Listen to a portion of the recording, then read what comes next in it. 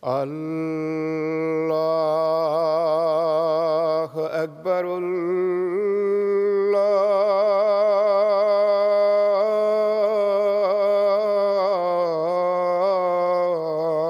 الله أكبر.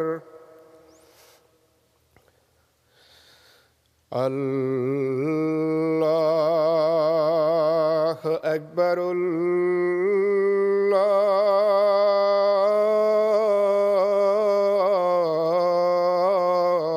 الله أكبر. أشهد أن لا إله إلا الله. أشهد أن لا إله إلا الله. أشهد أن محمدًا رسول الله.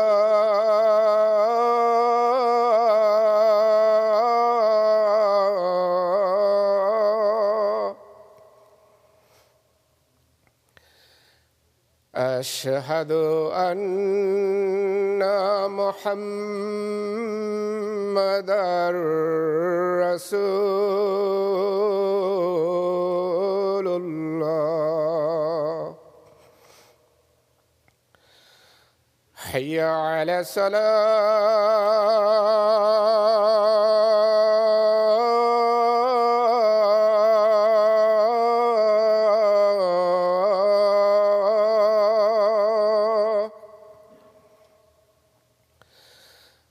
حي على الصلاة.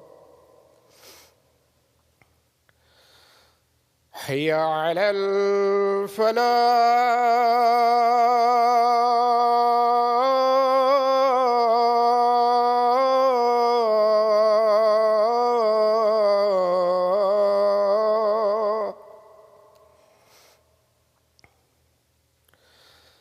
حي على الفلاح.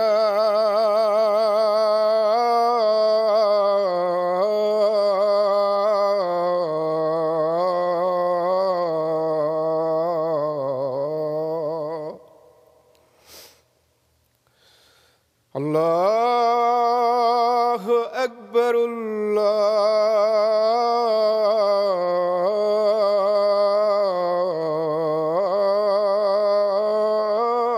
الله أكبر. لا إله إلا الله.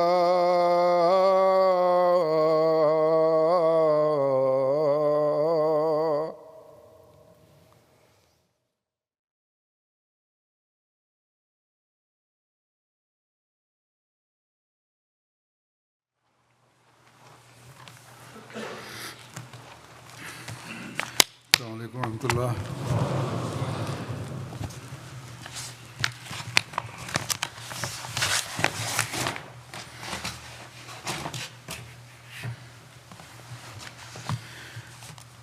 أشهد أن لا إله إلا الله وحده لا شريك له وأشهد أن محمدًا عبده ورسوله.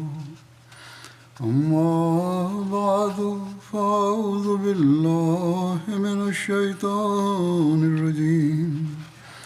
بسم الله الرحمن الرحيم. الحمد لله رب العالمين. الرحمن الرحيم. مالك يوم الدين. إياك نعبد وإياك نستعين اهدنا الصراط المستقيم صراط الذين أنعمت عليهم غير المغضوب عليهم ولا الضالين.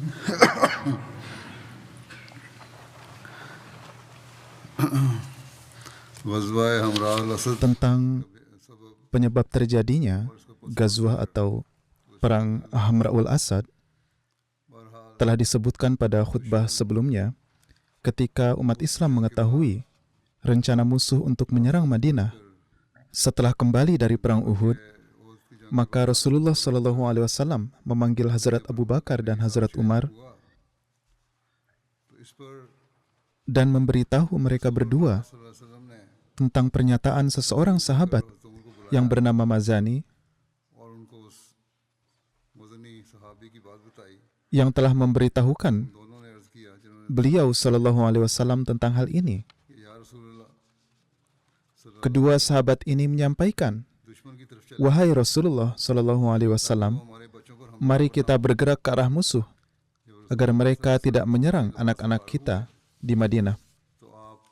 Ketika Rasulullah SAW selesai melaksanakan sholat subuh, beliau SAW memanggil semua orang dan berkata kepada Hazrat Bilal, "Umumkanlah ke semua orang bahwa Rasulullah SAW memerintahkan mereka untuk berangkat berperang melawan musuh. Dan hanya orang-orang yang ikut serta dalam peperangan kemarin, maksudnya Perang Uhud, yang akan ikut serta dalam perang ini. Mengenai pembawa bendera bagi pasukan Islam dan penunjukan seorang wakil untuk mengawasi Madinah ketika Rasulullah SAW tidak ada, tertera bahwa Rasulullah SAW meminta agar bendera tersebut dibawakan kepada beliau, yaitu bendera yang masih dikibarkan sejak hari sebelumnya ketika mereka kembali dari Uhud, yang mana bendera itu masih belum diturunkan. Maka Rasulullah SAW memberikan bendera ini kepada Hazrat Ali radhiyallahu an, dan menurut riwayat lain beliau memberikannya kepada Hazrat Abu Bakar. Pada kesempatan tersebut, Rasulullah SAW menunjuk Hazrat Ibnu Ummi Maktum sebagai Amir Madinah saat beliau tidak ada. Para sejarawan menulis bahwa keputusan Nabi SAW untuk meninggalkan Madinah demi mengejar musuh adalah keputusan yang sangat bijaksana. Ada tertera bahwa menurut orang-orang munafik, beliau berangkat mengejar musuh keesokan harinya setelah 70 orang wafat dalam Perang Uhud dan tanpa tenaga tambahan. Dan ini adalah tindakan yang sangat berani bagi kaum muslim. Namun peristiwa yang terjadi setelahnya menunjukkan bahwa keputusan Rasulullah SAW adalah sungguh merupakan keputusan yang sangat bijaksana dan terbukti bermanfaat bagi umat Islam dari berbagai segi.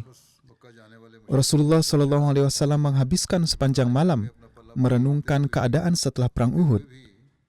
Beliau SAW curiga bahwa orang-orang kafir dalam perjalanan mereka kembali ke Mekah mungkin berpikir bahwa mereka tidak mengambil keuntungan apapun meskipun mereka mendapatkan kemenangan, dan karena mereka merasa menyesal atas hal ini, maka ada kemungkinan bahwa mereka berbalik arah dan menyerang Madinah. Oleh karena itu, sambil menerapkan strategi yang sangat baik, beliau SAW memutuskan untuk mengejar musuh. Keputusan Nabi SAW ini membuat para pejuang muslim menjadi sangat percaya diri, sekaligus membuat orang-orang munafik menjadi takut oleh keyakinan dan keteguhan hati Rasulullah SAW yang tak tergoyahkan.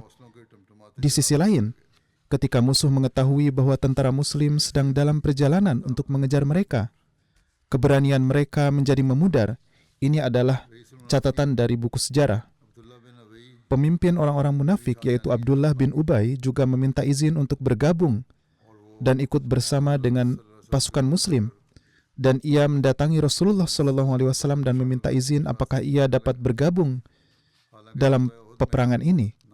Meskipun ia sebelumnya telah meninggalkan pasukan Muslim di Perang Uhud dengan membawa serta 300 orang anak buahnya, tidak diragukan lagi, ia pasti merasa malu atas tindakannya, dan sekarang mungkin ia mencoba menebus kesalahannya, atau wallahu a'lam, Allah yang maha tahu, mungkin itu ia lakukan karena memiliki rencana lain. Karena kita tidak pernah tahu pemikiran apa yang dimiliki oleh orang-orang munafik. Bagaimanapun, ia mendatangi Rasulullah SAW dan meminta izin kepada beliau untuk bergabung. Beliau SAW lantas menolak permintaannya. Mengenai teladan yang luar biasa dari para sahabat yang meskipun mereka terluka akibat perang Uhud, namun mereka tetap maju untuk menjawab panggilan Rasulullah SAW, tertera sebagai berikut. Segera setelah Rasulullah SAW menyampaikan pengumuman tersebut, para sahabat yang tulus dan tidak mementingkan diri mereka sendiri itu, karena kecintaan dan kesetiaan mereka, seraya mengobati luka-luka mereka, mereka siap untuk berangkat sekali lagi dengan membawa senjata mereka. Ketika Rasulullah SAW menyampaikan pengumuman ini, mereka segera bergerak. Hazrat Usaid bin Huzair yang menderita 9 luka, ia baru saja berniat mengoleskan obat pada lukanya. Ketika ia mendengar pengumuman ini, sahabat itu segera bergerak sambil mengobati luka-lukanya. Demikian pula ada 40 sahabat dari Bani Salamah yang terluka dan mereka pun segera berangkat. Melihat keadaan mereka, Rasulullah SAW berdoa, Allahumma arham Bani Salamah. Ya Allah, kasihanilah Bani Salamah. Tufail bin Nu'man menderita 13 luka, Khiras bin Simmah menderita 10 luka, Ka'ab bin Malik menderita lebih dari 10 luka, Qutbah bin Amr menderita 9 luka. Meskipun demikian, kaum muslim bergegas menuju senjata mereka tanpa berhenti untuk mengobati luka-luka mereka. Allah Ta'ala telah mencatat gejolak semangat para sahabat Rasulullah SAW yang tak tertandingi ini di dalam Al-Quran. Allah Ta'ala berfirman, Alladzina stajabu lillah war rasuli min ba'di ma asabahumul qarhu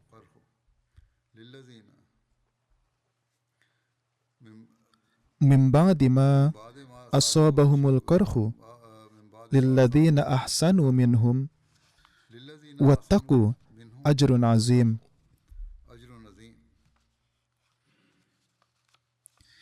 Yaitu orang-orang yang memenuhi seruan Allah dan Rasul-Nya setelah mereka menderita luka-luka dalam perang Uhud.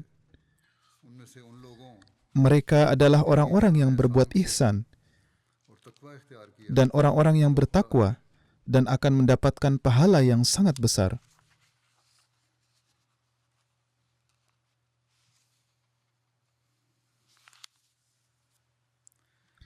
Hazrat Aisyah pernah menyampaikan bahwa salah satu penggenapan dari ayat ini adalah Hazrat Abu Bakar Siddiq radhiyallahu taala anhu dan juga Hazrat Zubair bin Awam radhiyallahu taala anhu.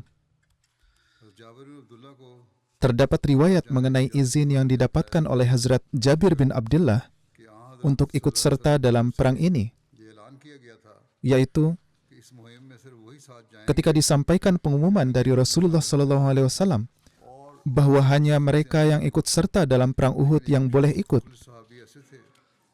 Namun ada seorang sahabat yang beruntung, meskipun ia sebelumnya tidak ikut dalam perang Uhud, yaitu Hazrat Jabir bin Abdullah. Ibnu Ishaq dan Ibnu Umar meriwayatkan, Jabir bin Abdullah menemui Rasulullah SAW dan berkata, Wahai Rasulullah SAW, seseorang telah mengumumkan bahwa hanya mereka yang hadir dalam pertempuran kemarin, yaitu perang Uhud, yang bisa berangkat kembali bersama engkau. Saya ingin turut serta dalam perang Uhud, namun ayah saya meninggalkan saya untuk menjaga ketujuh saudara perempuan saya.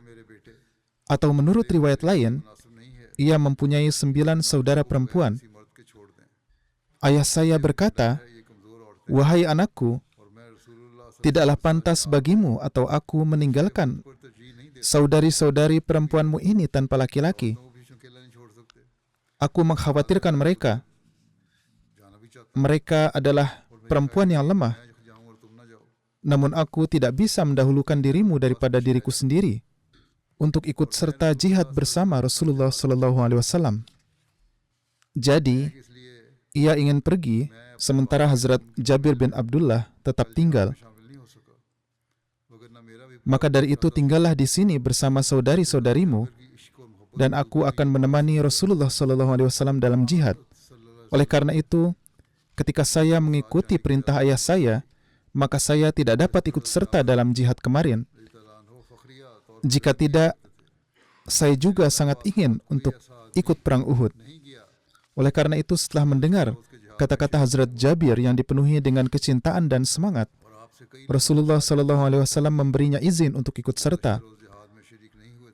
Hazrat Jabir menyebutkan dengan penuh kebanggaan bahwa selain saya, tidak ada seorang pun yang ikut bersama Rasulullah SAW yang tidak ikut dalam pertempuran di hari sebelumnya. Banyak orang yang tidak ikut dalam pertempuran di hari sebelumnya yang meminta untuk ikut serta dalam perang ini, namun beliau SAW menolaknya.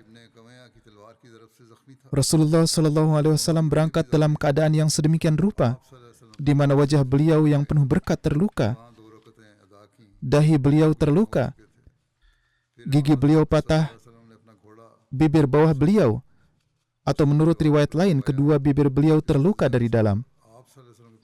Bahu kanan beliau terluka akibat serangan pedang dari Ibnu Kamiyah, dan kedua lutut beliau juga terluka. Pertama, Rasulullah SAW pergi ke masjid dan melaksanakan sholat nafal 2 rakaat.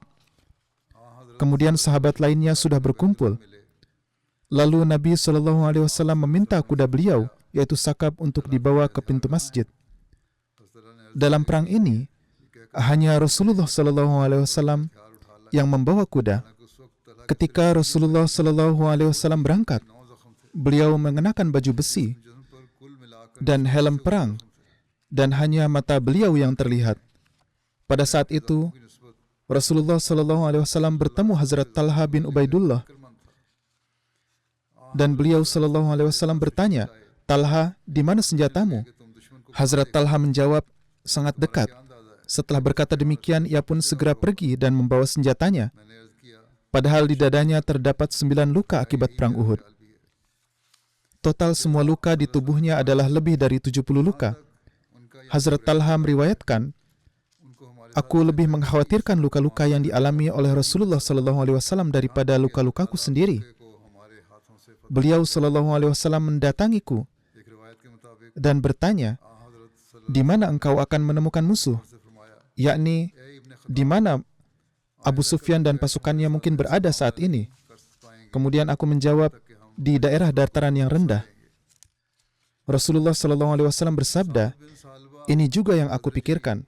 Kemudian Nabi SAW bersabda, "Sejauh menyangkut mereka, yaitu kaum Quraisy, mereka tidak akan pernah mendapatkan kesempatan untuk melakukan ini kepada kita hingga masa ketika Allah Ta'ala menaklukkan Mekah melalui tangan kita." Dalam salah satu riwayat, Rasulullah SAW bersabda kepada Hazrat Umar, "Wahai Ibnu Khattab, kaum Quraisy tidak akan pernah lagi bisa melakukan hal ini kepada kita hingga kita mencium Hajar Aswad." Sabit bin Sa'labah Hazrami ditunjuk untuk menunjukkan jalan bagi Rasulullah SAW untuk membantu beliau sampai ke Hamra'ul Asad. Menurut riwayat lain, Sabit bin Dahaklah yang menunjukkan jalan bagi beliau SAW. Pada saat itu, Rasulullah SAW mengutus 2 orang sahabat untuk mendahului mereka dan mengumpulkan berita. Rinciannya adalah, Rasulullah SAW mengutus terlebih dahulu kedua putra Sufyan, yaitu Salid dan Nu'man yang berasal dari suku Aslam. Beliau juga mengutus orang ketiga dari suku Aslam, namun namanya tidak disebutkan. 2 di antara mereka melihat kaum Quraisy di suatu tempat yang bernama Hamra'ul Asad. Orang-orang Quraisy tengah berbicara satu sama lain. Dan ketika orang-orang Quraisy itu melihat, maka orang-orang Quraisy itu membunuh mereka. Ketika Nabi SAW berangkat bersama para sahabat dan mencapai Hamra'ul Asad, beliau mendirikan kemah untuk pasukannya. Beliau SAW kemudian menguburkan kedua sahabat itu dalam satu kuburan karena jenazah mereka masih berada di sana. Dalam perang ini, nampak juga ketaatan yang ditunjukkan oleh dua orang sahabat Ansor dan bagaimana mereka melakukan perjalanan dengan berjalan kaki meski mengalami luka-luka. Disebutkan secara rinci mengenai kejadian ini bahwa Hazrat Abdullah bin Sahal dan Hazrat Rafi bin Sahal yang berasal dari suku Bani Abdul Ash'al dan sekembalinya dari perang Uhud, mereka terluka parah karena pertempuran. Hazrat Abdullah terluka paling parah di antara keduanya. Ketika kedua bersaudara ini mendengar tentang perintah Rasulullah SAW mengenai ikut serta dalam perang menuju Hamra'ul Asad, mereka berkata satu sama lain bahwa jika mereka tidak ikut serta dalam perang ini bersama Rasulullah SAW, maka mereka akan sangat kehilangan kesempatan ini.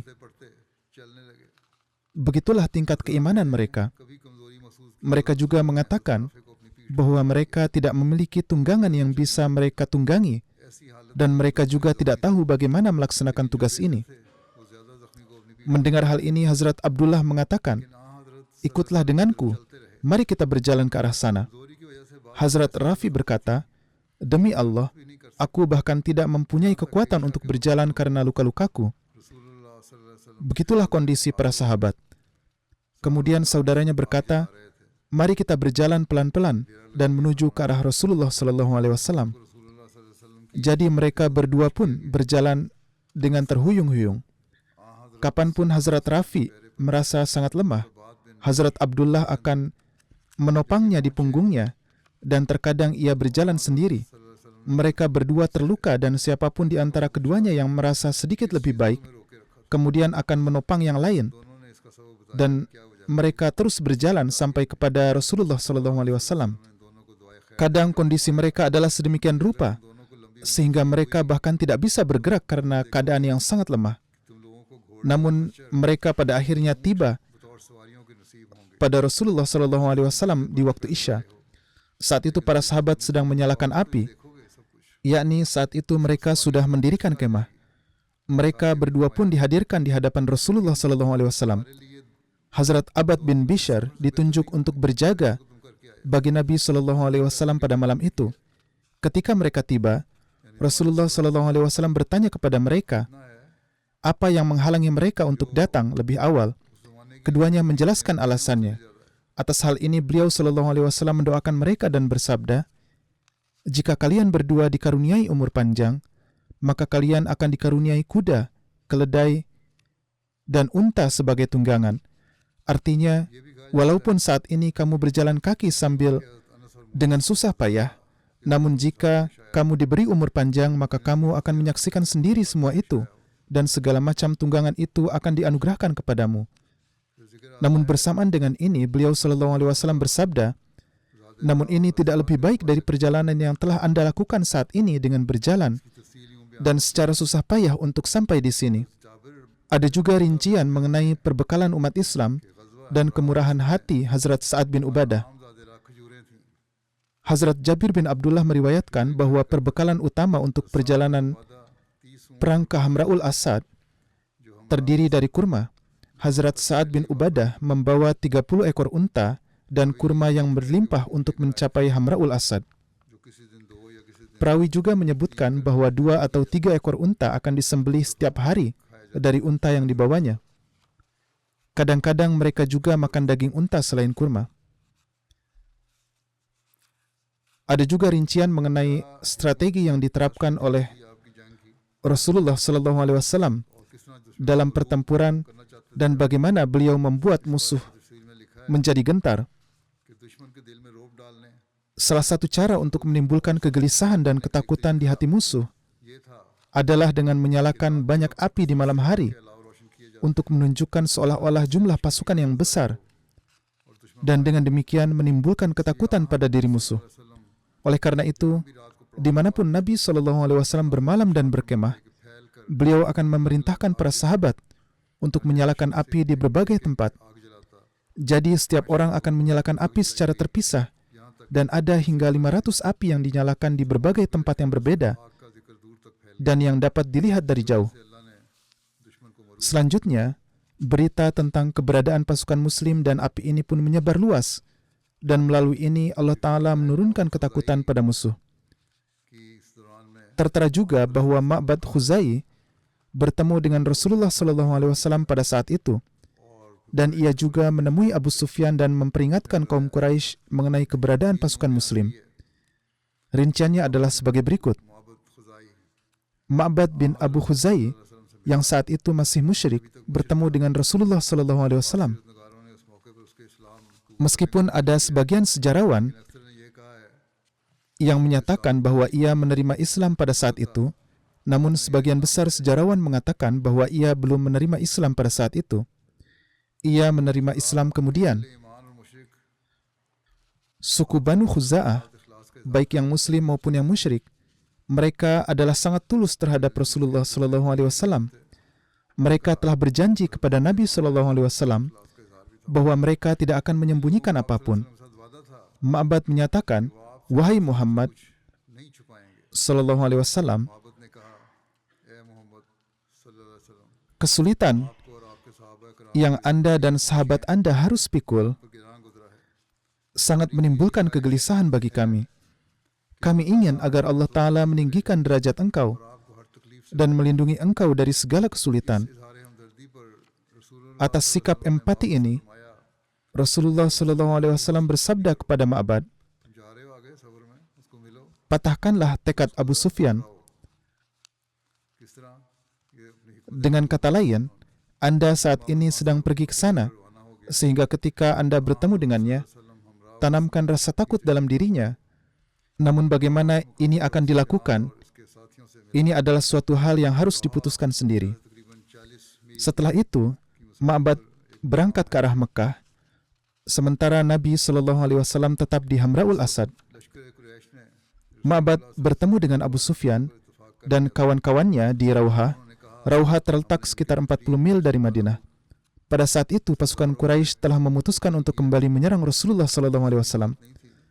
Mereka saat itu mengaku bahwa mereka telah membunuh para pembesar dan pemimpin pasukan Muslim.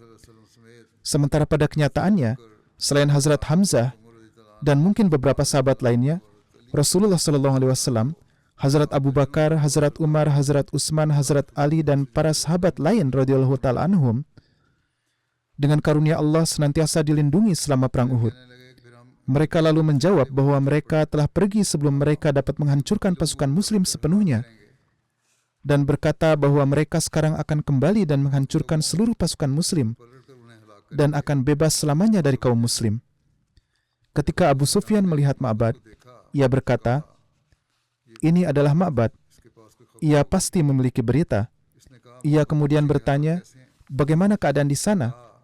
Untuk menakuti Abu Sufyan, maka Ma'bad menjawab, "Muhammad SAW dan para sahabatnya telah membentuk pasukan yang begitu besar dan tangguh yang belum pernah saya lihat sebelumnya untuk mengejarmu. Suku Aus dan Khazraj yang tertinggal kini juga telah bergabung." Ia tampaknya sengaja membuat rincian ini.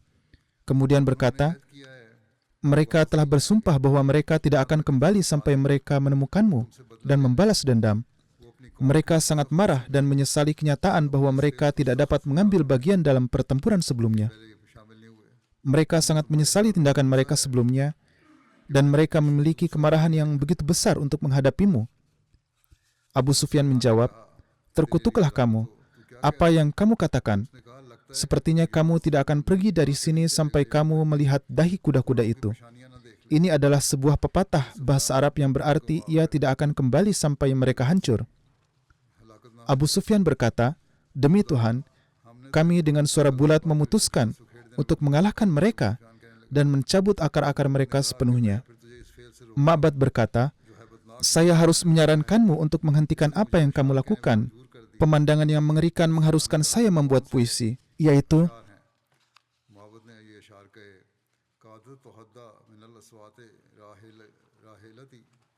इस सालत अर्ज़ो बिलजुर्द अवाबील तर्दी उस दिन किरामिन ला तनाबिल इंदल लिकाए वलामिलिन मुआजी फजल तो अदमन अजुन्नुल अर्ज़ा में आलत लम समाओ रईसन गैर मखदूल फ़कुल तो वैल ने हरबिन मिन लिकाएकुम इस तख्तमतिल बथाओ बिल जील इन्नी नज़ीरों लेहल इस बसले ज़ाहिया लेकुल्ल ज़ीन इरबतिन मिनहु व माक़ूल मिन जैश अहमद ला व खशिन तनाबिला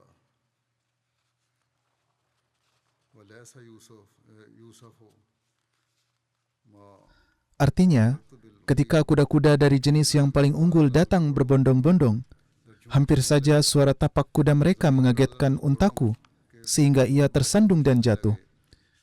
Sebenarnya hanya ada seekor kuda di pasukan Muslim, tetapi tampaknya dalam puisinya ia menyebutkan dengan berlebihan, supaya membuat mereka takut. Kemudian melanjutkan, mereka membawa singa seperti halnya para ksatria pemberani. Mereka bukanlah prajurit bertubuh kecil yang tidak bersenjata di medan perang, dan mereka juga bukan penunggang yang tidak berpengalaman, yakni mereka ahli dan dipersenjatai dengan busur panah, anak panah dan pedang, serta tidak tertandingi dalam kemampuan menunggang kuda. Mendengar hal ini, saya berlari untuk menyampaikan berita ini, namun rasanya seolah-olah dunia sedang runtuh di bawah kaki kuda-kuda itu, di mana mereka membawa para jenderal yang perkasa dan sakti, yang tidak sendirian, yakni para panglima itu maju dengan pasukan yang tangguh. Dan aku berkata pada diriku sendiri, wahai kamu yang menjadi bagian dari pasukan ini, pertempuran ini akan menjadi akhir dan kehancuran bagi Ibnu Harb, yaitu Abu Sufyan. Maka dari itu saya memperingatkan setiap orang Quraisy yang cerdas dan bijaksana akan tentara Ahmad SAW yang perkasa, yang prajuritnya adalah tangguh dan tanpa kelemahan. Tidak ada kata-kata yang dapat saya gunakan lagi untuk memperingatkan Anda tentang ketakutan terhadap pasukan itu. Ucapan yang dahsyat dari Ma'bad dan juga bait-bait darinya, serta perkataan Safwan bin Umayyah, lantas mematahkan keberanian Abu Sufyan dan rekan-rekannya. Mereka menjadi takut dan Abu Sufyan menganggap bahwa tindakan paling aman adalah kembali ke Mekah sesegera mungkin. Tim Research Cell telah menulis catatan tentang hal ini yang menyatakan bahwa percakapan Rasulullah SAW yang menyuruh Ma'bad untuk mematahkan tekad Abu Sufyan dicatat dalam beberapa buku sejarah, namun di beberapa buku yang lain tidak disebutkan. Salah satu kemungkinannya adalah bahwa ini merupakan strategi peperangan, yaitu Nabi SAW mengatakan hal ini kepada Ma'bad. Tapi adalah mungkin juga dan lebih mendekati kenyataan bahwa beliau SAW tidak mengatakan apapun kepada Ma'bad. Namun karena Ma'bad bersimpati kepada umat Islam, itulah sebabnya Allah Ta'ala menaruh hal ini ke dalam hatinya, dan ia mengatakan semua ini kepada Abu Sufyan atas kehendaknya sendiri. Ini adalah catatan yang mereka sampaikan. Apapun yang dikatakan oleh Ma'bad, ia tampaknya melakukannya atas kemauannya sendiri. Nabi SAW tidak akan menyuruhnya untuk menyesatkan mereka melalui pernyataan palsu. Alhasil, cara Ma'bad menyampaikannya menyebabkan orang-orang kafir menjadi ketakutan. Pada saat pasukan kafir sedang bersiap untuk kembali ke Mekah, kafilah Abdul Qais melewati Abu Sufyan. Mereka berkemah di tempat yang sama. Abu Sufyan bertanya kepada mereka, kemana ia akan pergi? Ia menjawab bahwa ia akan pergi ke Madinah. Abu Sufyan berkata, maukah kalian menyampaikan pesan kepada Muhammad SAW dariku? Sebagai gantinya aku akan memberimu unta-unta yang syarat dengan perbekalan dari pasar Ukaz. Ia menjawab, ya. Abu Sufyan berkata, ketika kamu bertemu Muhammad SAW, katakanlah kepadanya, kami telah sepakat untuk menyerangmu dan para sahabatmu, sehingga kami dapat mencabut siapapun yang tersisa untuk selama-lamanya. Setelah berkata demikian, mereka berangkat ke Mekah. Kafilah ini bertemu di Hamraul Asad. Abdul Qais menyampaikan apa yang disampaikan oleh Abu Sufyan dan rekan-rekannya kepada Rasulullah SAW. Mendengar semua hal ini, beliau SAW bersabda, Hasbunallahu wa ni'mal wakil.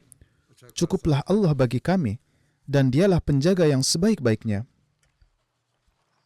Kendati demikian, pasukan Muslim sempat tinggal di Hamra'ul Asad, dan setelah itu kembali karena orang-orang kafir sudah pergi. Rinciannya adalah sebagai berikut. Setelah mendengar perkataan Ma'bad Khuzai, Abu Sufyan mengurungkan niatnya menyerang Madinah, dan ia berangkat ke Mekah. Ma'bad memberitahu Rasulullah SAW tentang kepergian Abu Sufyan melalui seorang utusan. Nabi SAW tinggal di Hamra'ul Asad dari Senin hingga Rabu, dan setelah itu beliau kembali ke Madinah. Al-Baladuri menyampaikan bahwa Nabi SAW berada jauh dari Madinah selama 5 hari. Menurut salah satu riwayat, Nabi SAW kembali ke Madinah pada hari Jumat. Oleh karena itu, beliau menghabiskan 5 hari di luar Madinah. Hazrat Abu Ubaidah meriwayatkan bahwa sebelum kembali ke Madinah, Rasulullah SAW menangkap Muawiyah bin Mughirah. Muawiyah bin Mughirah adalah kakek dari Abdul Malik bin Marwan. Selain Muawiyah, Abu Azza Jumuhi juga ditangkap. Adapun riwayat tentang Muawiyah bin Mughirah adalah sebagai berikut. Hazrat Zaid bin Harisah dan Hazrat Ammar bin Yasir menghukum mati Muawiyah dalam perjalanan mereka kembali dari Hamra'ul Asad ke Madinah.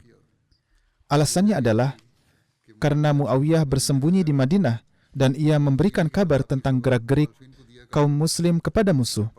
Ketika ia tertangkap, ia meminta perlindungan dari Hazrat Utsman. Inilah sebabnya Hazrat Utsman meminta izin dari Nabi SAW untuk meminta perlindungan. Setelah memberikan izin, Rasulullah SAW memerintahkan agar ia keluar dalam waktu 3 hari. Jika ia terlihat setelah 3 hari, ia akan dibunuh. Namun ia terus tinggal di sana selama 3 hari dalam persembunyiannya. Oleh karena itu, Nabi SAW memerintahkan Hazrat Zaid bin Harisah dan Hazrat Ammar bin Yasir bahwa mereka akan menemukannya bersembunyi di suatu tempat dan ia akan dihukum mati. Kemudian tertera lebih lanjut bahwa di daerah Hamra'ul Asad, Rasulullah SAW menangkap Abu Azza yang merupakan seorang penyair bagi kaum musyrik. Ini adalah Abu Azza yang sama yang dipenjarakan oleh kaum muslim pada Perang Badar. Dan ketika ia menyampaikan keadaannya yang miskin dan putrinya yang sendirian kepada Rasulullah SAW, ia berkata, "Saya seorang pria yang telah berkeluarga. Putri-putri saya tidak punya siapa-siapa untuk menafkahi mereka. Kasihanilah saya." Atas hal ini beliau SAW membebaskannya tanpa mengambil uang tebusan apapun disebabkan oleh putri-putrinya. Dan ia bersumpah bahwa ia tidak akan lagi berperang melawan Nabi SAW. Dan ia juga tidak akan mengumpulkan pasukan untuk melawan beliau SAW. Meski begitu, ia melanggar sumpahnya dengan menemani kaum Quraisy saat perang Uhud. Ia membangkitkan semangat kaum musyrik dengan puisi-puisinya untuk melawan Nabi SAW. Beliau SAW berdoa agar orang ini tidak lepas pada kali ini. Oleh karena itu, ia pun ditangkap. Menurut salah satu riwayat, setelah perang Uhud, ketika kaum musyrik tinggal di Hamra'ul Asad, mereka meninggalkan Abu Azza tidur di sana. Sampai subuh, ia tetap tidur di sana. Hazrat Asim bin Sabit adalah orang yang menangkapnya. Ia adalah satu-satunya orang musyrik yang dipenjara selama perang ini. Menurut riwayat lain, Hazrat Umair bin Abdullah menangkapnya. Setelah tertangkap, Abu Azza dibawa ke hadapan Rasulullah SAW. Ia berkata, "Wahai Rasulullah SAW, tunjukkanlah kebaikanmu kepadaku dan biarkan aku pergi demi putri-putriku. Aku bersumpah di hadapanmu bahwa aku tidak akan mengulangi perbuatanku lagi." Rasulullah SAW bersabda, "Tidak, sekarang kamu tidak akan pernah memiliki kesempatan untuk melihat Mekah lagi." Menurut riwayat lain, Rasulullah SAW bersabda, "Mulai sekarang, kamu tidak akan pernah duduk di sisi Hajar Aswad dengan janggutmu dan menyombongkan diri sambil berkata, 'Aku telah menipu Muhammad SAW.'" Kemudian, Rasulullah SAW memerintahkan Hazrat Zaid untuk menghukumnya. Menurut riwayat lain, perintah ini diberikan kepada Hazrat Asim bin Sabit. Rasulullah SAW bersabda, seorang mukmin tidak akan jatuh ke dalam lubang yang sama 2 kali. Teruslah berdoa untuk keadaan dunia saat ini. Semoga Allah Ta'ala melindungi setiap Ahmadi dari segala macam mara bahaya. Saat ini saya akan memimpin solat jenazah gaib untuk Tuan Faraz Ahmad Tahir yang baru saja disyahidkan di Australia. Seorang pria di Australia menyerangnya dengan pisau di pusat perbelanjaan di Bondi di Sydney, salah satu wilayah yang paling terkenal di Australia, dan disyahidkan. Inna lillahi wa inna ilaihi raji'un. Beliau bekerja sebagai security di pusat perbelanjaan tersebut. Beliau berusia 30 tahun dan belum menikah. Dalam kejadian ini, 12 orang terluka dan 6 orang tewas. Di antara yang tewas, 5 di antaranya adalah wanita. Faraz Ahmad Tahir Sahib berasal dari Rabuah. Pada tahun 2018, beliau pindah dari Pakistan ke Sri Lanka. Setelah tinggal selama 4 tahun, beliau datang ke Australia melalui UNHCR.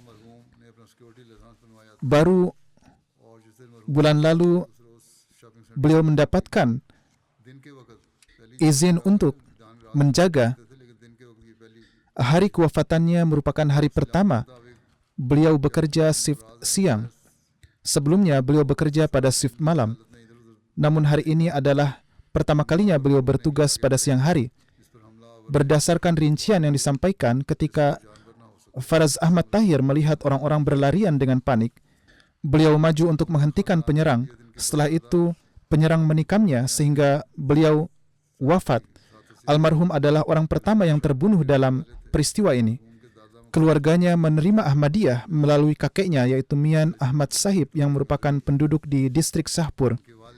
Ayahnya, Bashir Ahmad Sahib, meninggal pada tahun 2005 dan ibunya, Raziah Begum, meninggal pada tahun 2014. Beliau meninggalkan 3 orang saudara laki-laki dan 2 saudara perempuan. Dan kakeknya, yaitu Sufi Ahmad Yar Sahib. Lebih lanjut, Perdana Menteri Australia dan Perdana Menteri New South Wales memberikan penghormatan atas keberanian dan pengorbanan dari almarhum Faraz Ahmad Tahir. Demikian pula, High Commissioner di Kedutaan Pakistan di Australia juga memberikan penghormatan atas keberanian almarhum Faraz Ahmad Tahir dan menyampaikan bela sungkawanya. Ada lebih dari 120 berita yang tersebar di berbagai media tentang almarhum dan masih banyak lagi di berbagai media lain. Pemakaman beliau dihadiri oleh Perdana Menteri dan pihak lain yang ingin memberikan penghormatan terakhir kepada beliau. Keberanian dan pengorbanan dari Faraz Tahir Sahib diungkapkan di berbagai media sosial dengan kata-kata yang indah, dan banyak orang yang menjulukinya sebagai pahlawan nasional. Pengorbanan yang beliau lakukan ini menunjukkan bahwa beliau tidak meninggalkan Pakistan karena takut mati, melainkan beliau meninggalkan negara itu karena tidak suka dengan pembatasan agama yang diberlakukan kepada para Ahmadi, di mana mereka dilarang untuk menyebut nama Allah dan Rasul-Nya sallallahu alaihi wasallam. Sadar Majlis Khudamul Ahmadiyah Australia, Adnan Kadir, menyampaikan pada hari Minggu, tanggal 21 April, sebuah acara diselenggarakan oleh pemerintah Australia di dekat pusat perbelanjaan untuk memberikan penghormatan kepada mereka yang kehilangan nyawa dalam insiden ini. Acara tersebut dihadiri oleh Perdana Menteri Australia, Perdana Menteri Provinsi New South Wales, pemimpin oposisi, anggota parlemen, wali kota setempat, pejabat tinggi kepolisian, tentara, angkatan laut, dan banyak anggota media dan tokoh terkemuka. Anggota jemaat juga diundang ke acara ini. Kakak laki-lakinya, Mudassir Bashir, menuturkan almarhum adalah seorang pekerja keras, ceria, dan tidak kenal takut sejak kecil. Beliau berusia 11 tahun ketika ayah kami meninggal. Kemudian menuturkan, kakak kami, Muzaffar Ahmad Sahib, membesarkan kami seperti seorang ayah. Seiring dengan studinya, almarhum pun membantunya. Beliau adalah sangat pekerja keras dan sangat menyayangi saudara-saudaranya. Beliau lembut dan periang. Beliau tidak pernah marah pada apapun yang dilakukan oleh saudara-saudaranya. Beliau juga terdepan di kegiatan jemaat. Selama tinggal di Pakistan, Sri Lanka, dan kemudian Australia, Dimanapun beliau tinggal, beliau aktif dalam jemaat. Beliau sangat tulus dan setia mencintai khilafat.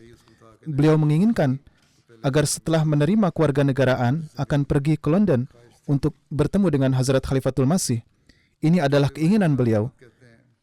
Adik beliau, Siraz Ahmad, menuturkan, beliau menilawatkan Al-Quran dengan sangat indah dan dawam mendirikan solat. Kamran Mubashir Sahib, seorang mubalik, menuturkan, sifat beliau yang sangat menonjol adalah beliau menghormati para sesepuh jemaat dan para mubalik. Beliau tidak pernah menolak perintah apapun yang diterima. Jika beliau diingatkan, beliau tidak akan pernah merasa kecewa karenanya. Sebaliknya, beliau akan tetap diam karena kerendahan hati sambil menerima kesalahannya dan kemudian memperbaikinya.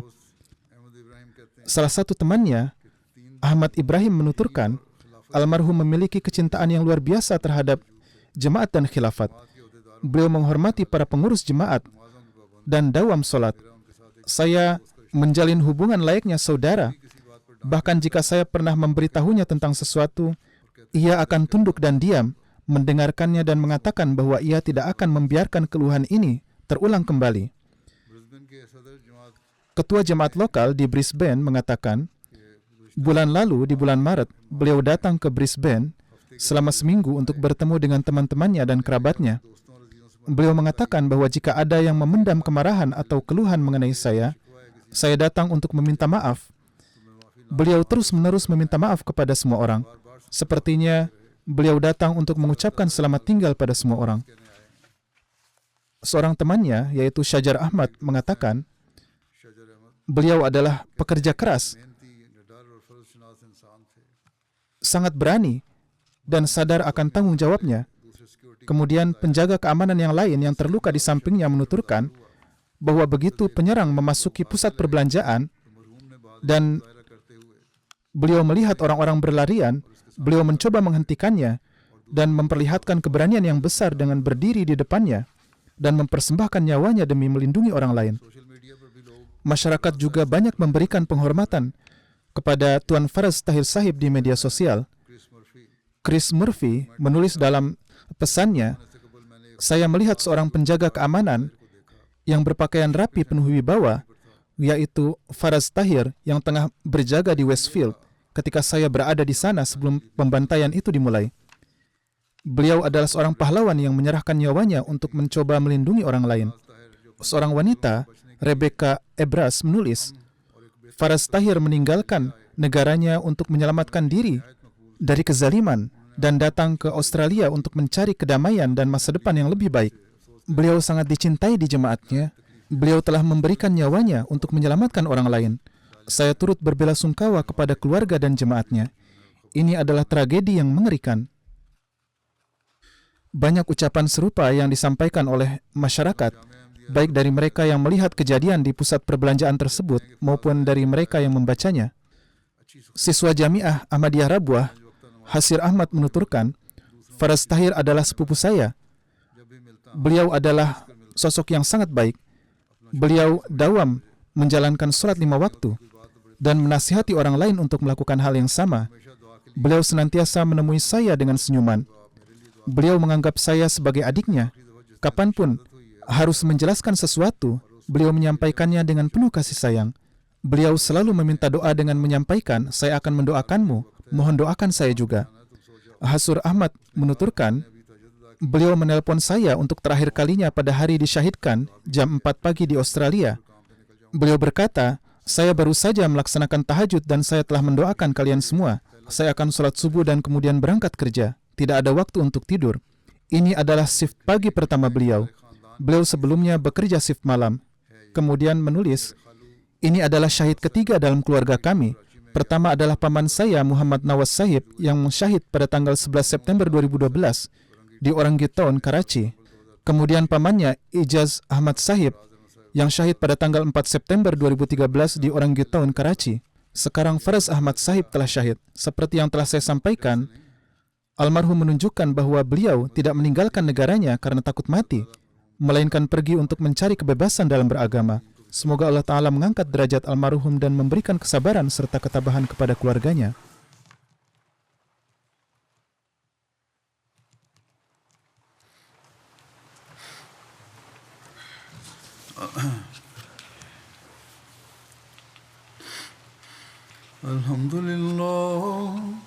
الحمد لله نحمده ونستعينه ونستغفره ونؤمن به ونتوكل عليه ونعوذ بالله من شرور أنفسنا ومن سيئات أعمالنا من يهده الله فلا مضل له ومن يضلل فلا هادي له ونشهد أن لا إله إلا الله ونشهد أن محمدا عبده ورسوله عباد الله رحمكم الله إن الله يأمر بالعدل والإحسان وإيتاء ذي القربى وينهى عن الفحشاء